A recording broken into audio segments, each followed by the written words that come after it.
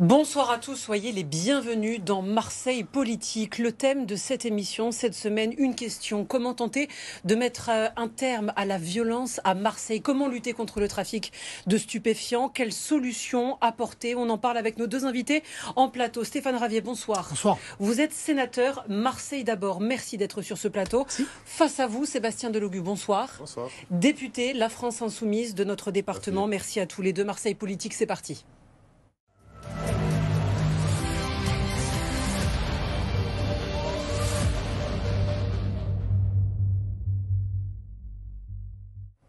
Messieurs, on va commencer avec un constat, un triste constat, c'est le nombre de personnes qui sont mortes à Marseille depuis le début de l'année. Au moins 23 personnes.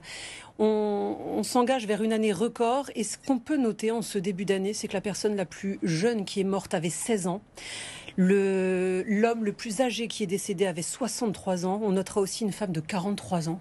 Comment on explique ça? D'abord sur le constat, évidemment, lors de cette émission, la deuxième partie sera consacrée, messieurs, aux solutions à apporter. On commence avec le constat. Comment ça explique? Comment on l'explique? 30 ans de déni. 30 ans de déni. Les pouvoirs publics qui ont sans doute estimé qu'au départ, il s'agissait que de quelques trafics ici et là, et que tout ça allait rentrer sans doute vite dans l'ordre, mais le trafic s'est développé. Il s'est tellement développé qu'aujourd'hui, ce sont des sommes colossales qui sont disputées entre des gangs qui, loin d'être impressionnés par les coups de menton du ministère de l'Intérieur, par des gangs qui, aujourd'hui, utilisent les méthodes les plus violentes pour conserver ou s'accaparer un point de deal ou un quartier de deal. Les raisons, ce sont celles-là. Et 30 ans, moi, que j'annonce la catastrophe. Alors, on m'a accusé de vouloir monter les Marseillais les uns contre les autres, que je voulais faire peur.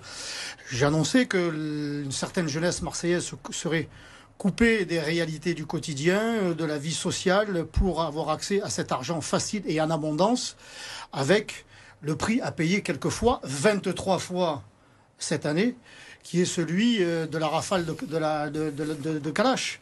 Ça, c'est le prix à payer dans cette activité-là qu'ils ont choisi. Alors moi, je ne me réjouis pas, je ne me réjouis jamais de la mort d'un homme, fût-il un dealer, mais c'est la loi du métier. Et aujourd'hui, ça atteint des records, et ces records seront évidemment battus, puisqu'il reste encore 6 à 7 longs mois avant la fin de l'année 2023. Alors, 30 ans d'abandon, selon vous, Sébastien Delogu, comment on explique Pas vraiment d'abandon, excusez-moi, je vais quand même vous laisser parler, mon cher collègue, mais 30 ans de déni, 30 ans d'abandon de déni du mairie, trafic qui s'installait et qui se développait, et 30 ans d'abandon des honnêtes gens. Ce sont elles qui ont été abandonnées au profit des trafics de stupes, qui font régner la terreur. Et c'est pour ça que moi, je les appelle les narcoterroristes. Ce sont des narcoterroristes qui font régner la terreur, et ce sont les braves gens qui ont été abandonnés par les pouvoirs publics. Sébastien Delogu, comment on explique ce début d'année extrêmement violent? Moi, déjà, ce que je pense, c'est que on est dans une année frappée par la crise, par l'inflation, par la précarisation des conditions de vie, et accumulé à ça le recul de l'État dans nos quartiers amène à ce qu'on rencontre pas mal de problèmes et que le peuple est en train de se diviser. On voit qu'il y a des copropriétés qui sont en train de se surprotéger, et d'un autre, vous avez des gens qui n'ont pas les moyens et qui doivent donc vivre dans des quartiers et devoir s'auto-organiser pour essayer de survivre. Ces coupables-là qu'on peut dire, parce qu'on peut les pointer du doigt, c'est-à-dire ces habitants qui sont pour la plupart en train d'essayer, on va dire, de s'en sortir dans la vie, pour moi, ce ne sont pas des coupables, ce sont des gens qui sont en train juste d'essayer de s'en sortir. Vous parlez des habitants ou des trafiquants? Non, je parle des habitants. Les trafiquants, voilà. Je suis contre, vous le savez quand même. J'ai fait pas mal de choses et je l'assume très concrètement. Mais je veux dire aussi que ces habitants qui sont là, qui n'ont pas d'argent, oui, qui doivent habiter dans les quartiers, eux, ce sont des victimes. Et donc, il faut les aider. Mais en expliquant que l'État recule, ça amène aussi à expliquer que le peuple est en train de se diviser, que vous avez des gens qui sont en train d'habiter dans des copropriétés ou dans des propriétés surprotégées. De l'autre, vous avez une population qui doit subir et rester dans les quartiers et subir ce qui est en train de se passer à l'intérieur. Une question, vous avez été maire de secteur, vous êtes député de ces quartiers. Est-ce que ces quartiers concrètement sont tenus par les trafiquants ou est-ce que la loi républicaine s'applique encore? Sébastien Delogu.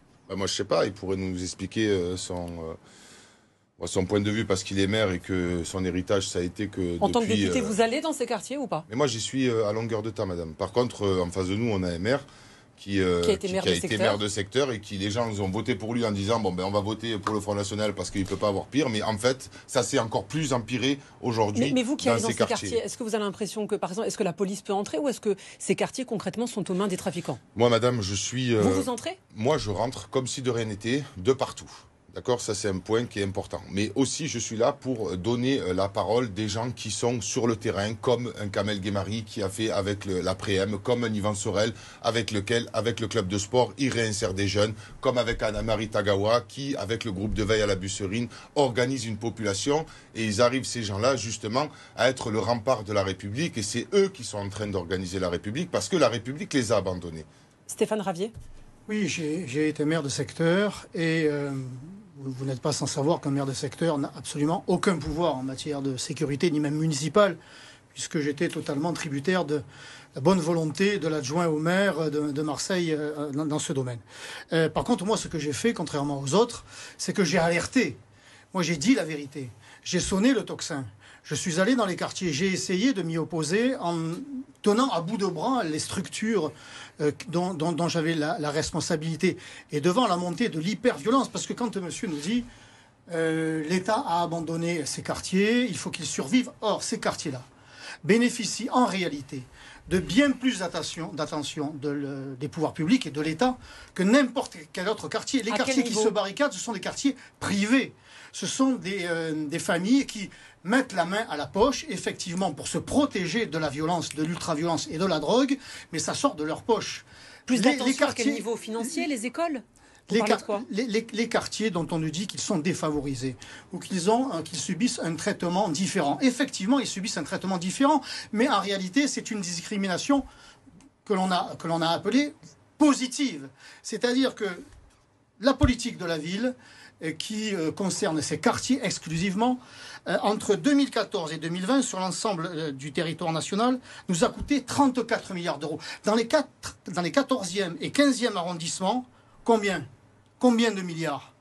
5 milliards d'euros pour les 14e et 15e arrondissements. Donc on ne manque pas d'argent. S'il y a des structures qui ferment, elles ne ferment pas du jour au lendemain par volonté du maire de secteur. Elles ferment en raison de la drogue. J'ai dû fermer, moi, où je n'ai pas demandé la réouverture du centre d'animation des Oliviers A, que vous connaissez sans doute, dans le 13e, parce qu'il avait été incendié par les trafiquants de stupes et qu'ils avaient menacé le personnel. Je ne pouvais pas me permettre de mettre la vie du personnel en jeu. J'ai dû aussi fermer une piscine, boucher une piscine, parce que le personnel avait été menacé. Les enfants avaient pu aller dans une autre... C'est le trafic de stupes. C'est le trafic. Je termine en une phrase. C'est le trafic de stupes qui fait fuir les institutions, qui fait fermer les équipements publics. Une crèche à la Busserine a dû fermer parce qu'il y avait le trafic de stupes devant l'entrée. Les équipements, ils existent. Vous prenez les transports, eux, n'existent pas. Mais bien sûr qu'ils existent, les transports. Quand vous avez les plus grosses cités du stup, les plus grosses cités du stup que je connaisse en tout cas, vous prenez les Micocouliers et la Paternelle. C'est les deux cités qui se font la guerre et qui entraînent ces 23 morts actuellement. Je les connais bien, moi j'ai grandi dans ces quartiers. Les Micocouliers, vous avez une école dans les Micocouliers. Vous avez la piscine des Micocouliers, c'est assez rare pour le souligner. Il y a peu de piscines à Marseille, il y a une piscine, il y a un noyau de commerçants, il y a la mairie de secteur pour vos paperasses, il y a un collège, et vous avez les bus qui passent par là. Ne me faites pas croire à moi on ne peut pas me faire avaler n'importe quoi. J'ai grandi à la Morolette, à la Paternelle, c'est pareil. Avant il y avait un collège en face, le collège Albert Camus. J'y ai fait ma scolarité. La Paternelle, c'est une petite cité, c'est pas des grandes tours. Vous avez Sainte-Marthe à côté. Il y a une gare pour aller au centre-ville. Et il y a des commerces de proximité. Donc ne nous faites pas croire que ces quartiers ont été abandonnés. Ils ont été surabondés de moyens financiers. Force est de constater que c'est compliqué d'aller en transport dans les quartiers nord, que ce soit en métro ou en tramway. Monsieur Delogu, je vous laisse. Et alors, ça explique le trafic de stupes. Pas de transport, on fait du stup. On a des difficultés financières, on fait du stup. Il est vrai que monsieur Boyard, le député LFI, nous explique qu'il a fait du stup pour payer ses études. Alors évidemment. Mais en fait, le problème, c'est que comme on lui explique que le mec, il a été maire d'un arrondissement qui s'est empiré ça a été de pire en pire par rapport à toutes les années qui sont passées, et qu'on lui explique que l'État recule et que la criminalisation s'installe parce que l'État justement recule, il nous dit non, il faut qu'on ferme une piscine parce que justement il y a un trafic, il faut qu'on ferme une crèche parce qu'il y a un trafic. Donc tout ça, vous l'avez bien compris que c'est n'importe quoi. Parce que le personnel était menacé, monsieur Audu. Le personnel était menacé et les enfants étaient menacés. Mais moi, monsieur, contrairement à vous qui avez donné l'ordre de la fermer, moi j'étais avec les parents en train de se mobiliser pour pas qu'elle se ferme. Et les enfants, vous savez parce quoi, que nous on est des insoumis, monsieur. On a mis la main à la poche pour les transporter dans une autre piscine du secteur. Ils n'ont pas été privés de baignade. Par contre, si vous avez envie de monopoliser la parole et de parler de ce que vous avez envie, vous faites ce que vous voulez. Non, mais bon, moi j'explique que justement, ce qui est le plus important dans cette histoire, c'est de dire que si on se soumet aux trafiquants et qu'on les laisse s'installer et que du coup on doit fermer les services publics, que dans une cité où il y a 8000 habitants, il va rester qu'une école qui est pour la plupart du temps qui est pourrie, même si on voit avec la municipalité qui est en train de les refaire. Mais s'il n'y a pas de centres sociaux, parce que les centres sociaux, ils n'ont pas d'argent, elle est où la République là à l'intérieur? Donc du coup, si on ramène la République, si on ramène une police de proximité, peut-être qu'au moins les gens vont se sentir considérés. Mais les gens vivent dans des logements qui sont insalubres, travaillent pour un métier, ils font un métier qui leur apporte quasiment rien. Donc du coup, les gens se sentent abandonnés. Justement, vous parlez de l'abandon. Il y a ces dernières semaines plusieurs marches, des marches qui se multiplient. Bien sûr. Des appels à l'aide, une tribune que vous avez co-signée, qui a été publiée chez nos confrères de Mediapart, où les habitants demandent à l'aide. Ils demandent l'aide de l'État. Cette tribune, pourquoi vous l'avez co-signée? Non seulement je l'ai co-signée, je suis allé chercher 200 parlementaires pour la faire signer, des députés et des sénateurs, pour qu'on essaye justement, avec la population, d'écrire la loi et d'essayer de faire remonter justement leurs paroles au plus haut sommet de l'État, parce qu'on ne les écoute pas. Et moi, je suis leur porte-voix. On vous répond ou pas? Mais bien sûr qu'on me répond. Vous avez vu qu'à l'Assemblée nationale, j'ai interpellé le ministre Darmanin qui a dit ok, moi je vais venir vous voir, je vais voir ce qui se passe. Pourquoi? Parce qu'on lui explique une chose. On lui dit vous nous mettez la CRS 8, c'est très bien. Ça va aujourd'hui canaliser, on va dire, un moment, le quartier, voire 1 heure, voire 2 jours, voire 3 jours. Mais en attendant, ces jours-là où la CRS 8 est présente, parce que je suis allé les contrôler, parce qu'un député, ça contrôle l'action du gouvernement.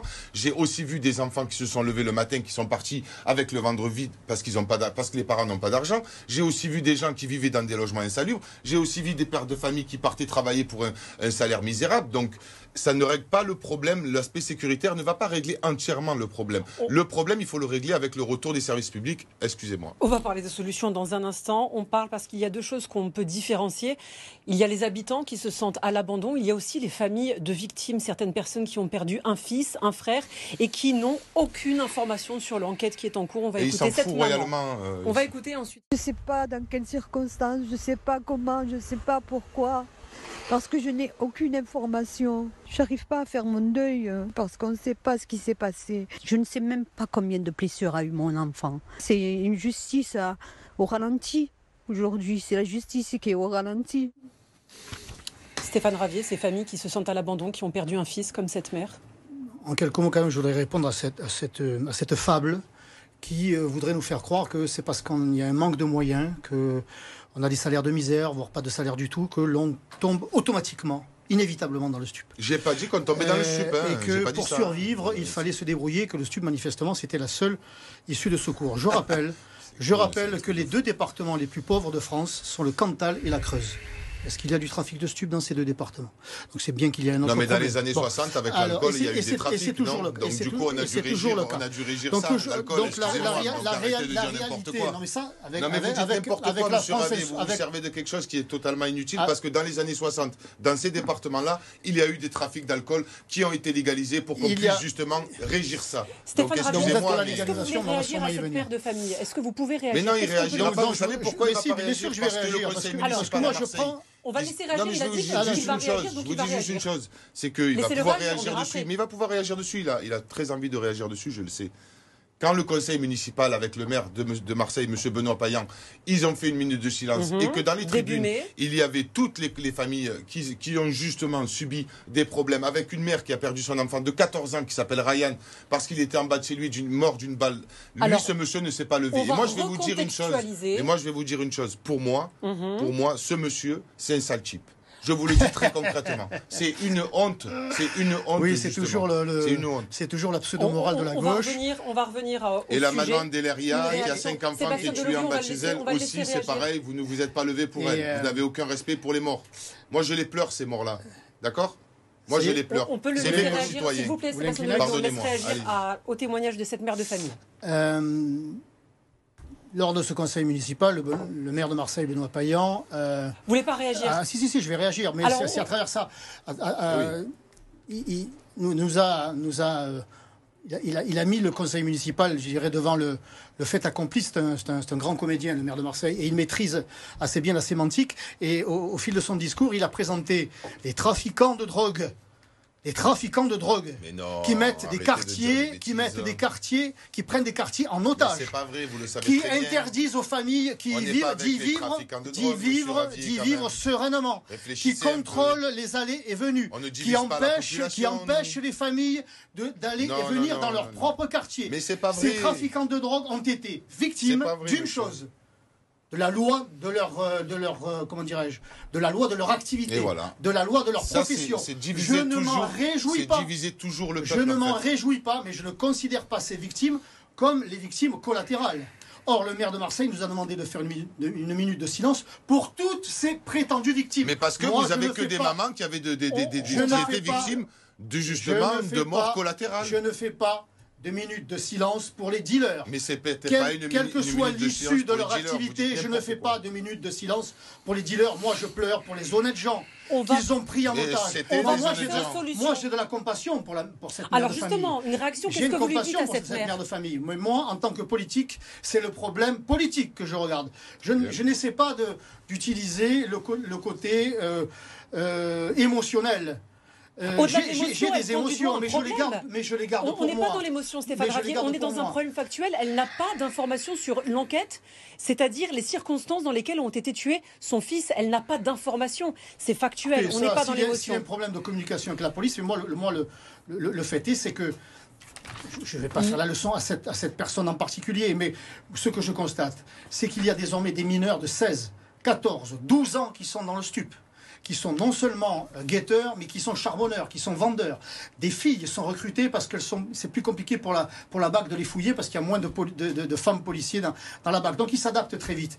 Que font les parents quand leurs enfants ne sont pas à l'école la journée? Justement. Que font les parents quand leurs enfants ne sont pas au lit dans leur chambre la nuit? Justement, ils sont en train de travailler pour un salaire de misère. Messieurs, donc pas de salaire, on va dans le stup. Non, je dis pas ça. Mais moi, je ne suis pas allé dans le stup, monsieur. Moi, je ne suis pas allé dans le stup. J'ai grandi dans les quartiers, je ne suis pas allé dans le stup. Et vous travaillez avec un député. Et mon père et ma mère, ils étaient en train de travailler sans arrêt. Et j'aurais pu y aller. La même chose que moi, monsieur. Moi, j'ai grandi à la Morelette. Est-ce qu'on peut parler de solutions, s'il vous plaît? Il y avait des journées entières où j'étais oisif et vous allez partir, vous allez être dans le stup. Mais la République, moi, je vous le dis, monsieur, Sébastien Delogu, stop, s'il vous plaît. Grâce à ces habitants-là. On va parler des solutions, justement. Quelles solutions a apporté Emmanuel Macron? Est venu 2 fois. C'est un record pour un président de la République. Dans une grande ville comme Marseille, il est venu 3 jours. Ça servira à rien. Et bien justement, il a quand même, vous voulez plus de policiers, il a quand même annoncé des renforts de policiers. 300 policiers depuis le 2021. La préfète de police qui a, elle, encore annoncé 30 policiers supplémentaires. Vous les voyez à l'écran. 500 caméras de surveillance, de vidéosurveillance pour les quartiers nord. Est-ce que Stéphane Ravier, Sébastien Delogu, vous pensez que c'est une bonne chose d'aller vers plus de policiers dans ces quartiers? Sébastien Delogu. Moi, je suis pour qu'on recrute 6 000 officiers de police judiciaire pour que justement, au lieu que les policiers... 6 000 pour Marseille? 6 000 pour Marseille. Justement, juste un truc simple. Les policiers aujourd'hui, les policiers et les gendarmes, c'est 1 million d'heures pour aller juste récupérer une petite barrette.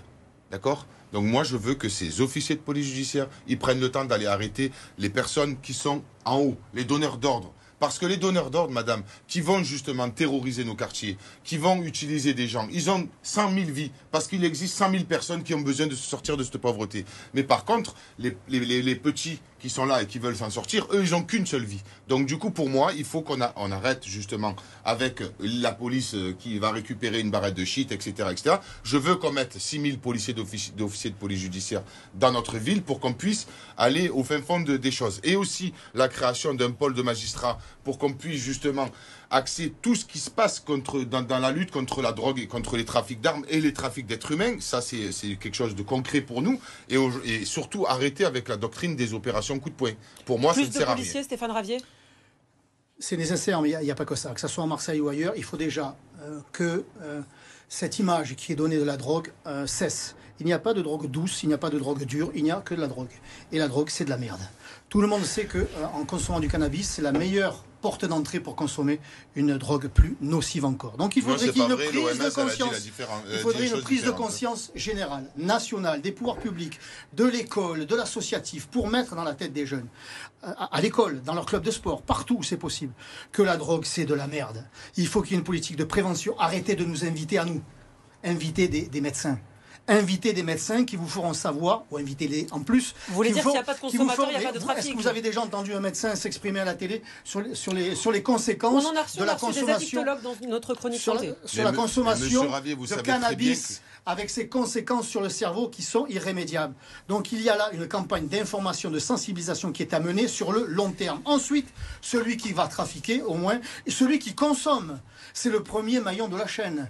Il a une amende de millions de consommateurs, vous voulez faire quoi? 150 euros. 5 millions de personnes, vous voulez faire quoi? Il faut mettre l'amende à 500 euros. À 1000 s'il y a une récidive. Il faut que la famille soit expulsée du logement social s'il est mineur. Il faut que lui-même soit expulsé s'il en bénéficie.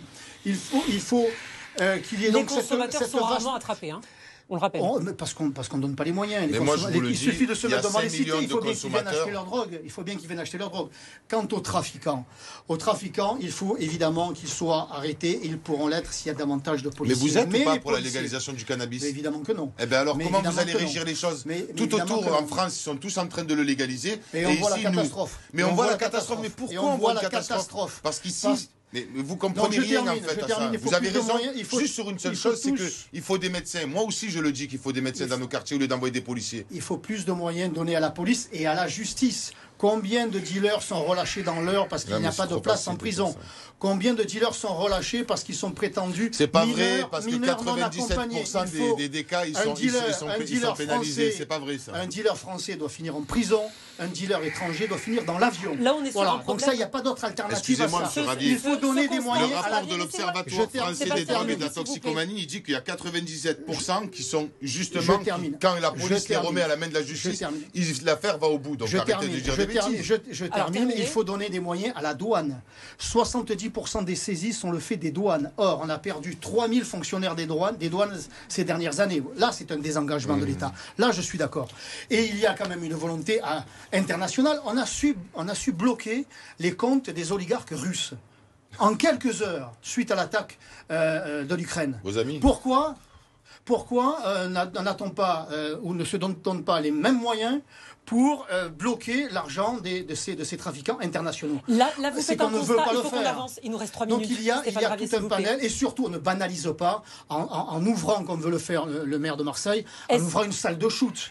Parce qu'il banalise ainsi la consommation de drogue. Et je suis le seul à dire. Excusez-moi, mais en fait, c'est où il fait le débat tout seul. Les salles de shoot, on parle d'héroïne, on parle d'injection d'héroïne. Oui, mais on banalise les drogues les plus toxiques, les plus nocives. Mais si vous ne les contrôlez pas, vous les laissez dans la rue faire, monsieur. Et vos enfants qui vont marcher dans la rue, ils vont les voir. Et en amont, vous légalisez le shit. Comme ça, vous allez joindre les deux. Mais c'est pas ça. Est-ce qu'il faut l'armer dans ces quartiers, comme l'a demandé Samia Ghali? Mais Samia Ghali le dit une fois tous les 10 ans. Elle le dit pas tout le temps. Non, mais elle le dit une fois tous les 10 ans quand un seuil est franchi et qu'elle sent que la population, on ne peut plus. Donc elle fait un coup médiatique. Il faut donner les moyens à la police. C'est la police qui connaît les quartiers, qui connaît chaque dealer, qui connaît chaque nourrice. Donner une force spéciale à la police et elle saura faire. Mais il faut la soutenir médiatiquement. Il faut que sa hiérarchie la soutienne. Il faut que les habitants la soutiennent. Parce qu'il y a quand même des habitants qui collaborent dans ce trafic de stupes. Il faut que les habitants collaborent dans le bon sens du terme avec la police. Il faut donner les moyens à la justice. Et il faut que soit expulsée la grande majorité des trafiquants de stupes qui sont issus de l'immigration. Sébastien Delogu, concrètement, quel investissement dans ces quartiers? Où, combien, vers quoi? Moi, je vous dis déjà, il faut quand même qu'ils comprennent que refuser de tirer un constat d'échec sur la prohibité du cannabis, c'est une erreur monumentale. Ça, c'est un premier point. On est sur les solutions, s'il vous plaît, il nous reste 2 minutes. Il va falloir donc comme solution apporter des orcodines, c'est-à-dire la réhabilitation des logements dans tous les quartiers, qu'on respecte la loi SRU. Pas du tout, c'est pas fait. Qu'est-ce que vous racontez? Dans la plupart. Bon bref, c'est pas grave. Allez au Vieux Moulin, allez au Vieux Moulin. Vous lisez Chers qu'il collègues, faut allez au d'argent Vieux-Moulin, pour des ça a été bâtiments refait corrects. depuis moins de 10 ans. Pour... Vieux-Moulin dans le Arrêtez de parler, 14e. mais arrêtez de terminer. parler, vous racontez Vous êtes n'importe terminé, quoi. on Mais dit, qu'est-ce que voilà. vous savez, vous? Qu'est-ce que vous savez? Vous Qu'est-ce avez que vu vous Je suis allé savez? il y a 3 semaines. D'accord, mais Le tu me débat parles de je Legume, vous vous dis écoutez. d'un Stop, quartier. stop, Je vous stop. Moi, dis, je suis chers- pour chers collègues. la lutte contre l'habitat indigne, parce qu'au moins comme ça, les gens retrouveront de la dignité et l'application Et de la donc, loi si SRU. on retrouve, on sort du Sur- trafic? Non, mais ça, c'est une accumulation de faits. C'est des problèmes qui sont systémiques, qui amènent aujourd'hui à ce que l'État recule, comme l'ancien maire qui ferme des piscines, des crèches. Et aujourd'hui, si on s'occupe J'ai de sauvé des l'éducation, qu'on encadre justement le taux de personnel dans les écoles, qu'on finance des projets sportifs, qu'on finance des projets culturels, qu'on finance un Mais tas on de ne fait projets que ça dans ces quartiers, on ne qui fait amènent- que ça. Si on finance un tas de Que ça. projets qui amènent à ce que la République retrouve une place dans nos quartiers et qu'on amène une police de proximité sûre dans nos quartiers, vous verrez que ça va changer. Et moi, je suis contre le fait que l'armée doit venir dans nos quartiers. Je suis pour la légalisation du cannabis, pour qu'on puisse l'encadrer et le régir, pour justement éviter que les gens se droguent avec n'importe quoi, que ça Ils laisse place continueront à se à des droguer avec trafiquants. n'importe quoi. C'est pas vrai, monsieur. Messieurs, L'OMS De toute façon, a celui dit qui le sera vendu contraire. au noir sera plus fort. Mais vous êtes plus fort Moins que cher l'OMS, et plus fort. Vous êtes plus fort Moins que cher l'OMS. et plus fort. Mais Messieurs, non, on Donc, a ils iront compris l'acheter vos toujours solutions, trafiquant noir. vos toujours. propositions. Merci beaucoup, vos visions diamétralement opposées. Merci d'avoir été nos invités. Stéphane Ravier, sénateur Marseille. D'abord, Sébastien Delogu, député La France Insoumise des Merci. Bouches-du-Rhône. Merci à vous. Vous Merci restez à avec vous. nous sur BFM Marseille-Provence. À tout de suite.